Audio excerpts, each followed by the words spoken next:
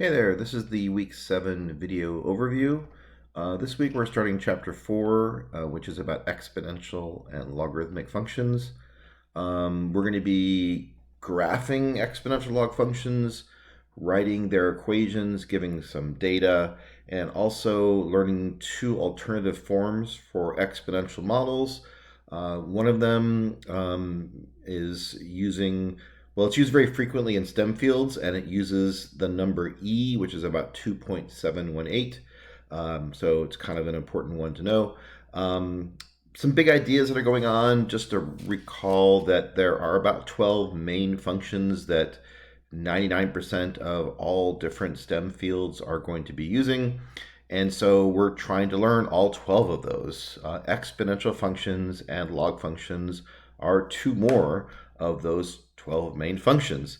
And for each of the 12 main functions, we have the same goals, which are to write those equations, simplify those equations, solve those equations, graph those equations, and solve application problems with those equations. This week, we are doing the writing of those equations and the graphing of those equations, and we're touching base on the other three, which we will do next week. So next week we'll do a lot more on exponential and logarithmic, including simplifying them, solving them, and more applications, things like that.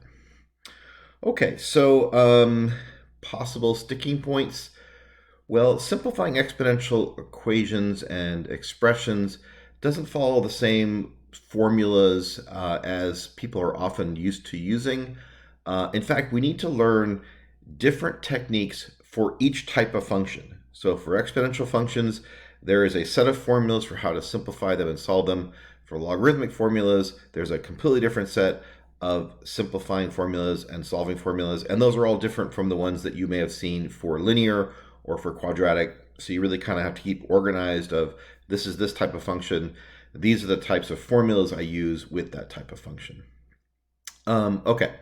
As with most every week, there's going to be a ton of algebra with combining and simplifying letters and unusual symbols, and it's just really easy to make mistakes if you have a tendency to rush a bit instead of just methodically analyzing and checking that you're using the correct formula, etc. A little bit of a lighter week this week since we just got off the coming off the midterm. So this might be a good time to get ahead of the due dates and reduce stress in your life, in your math homework at least. So see if you can get a jump on all that homework and get it done well before the due dates, and that will give you a lot of breathing room and ability to start next week's homework whenever you feel ready to do that. Please contribute to the weekly discussion thread. That would be fantastic. Some people are doing it, and it's great. Other people will benefit quite a bit, so try to help everyone out. And please take the weekly quiz to help you understand if you're getting the main ideas of the week. And it also helps you know if you have any questions, and you can let me know so I can help you better understand those types of problems and concepts so that you can do better on the chapter tests and about the next midterm, et cetera, et cetera. Anyway, I hope you have an enjoyable week. Remember to reach out, and I'll hopefully see you or talk to you sometime soon.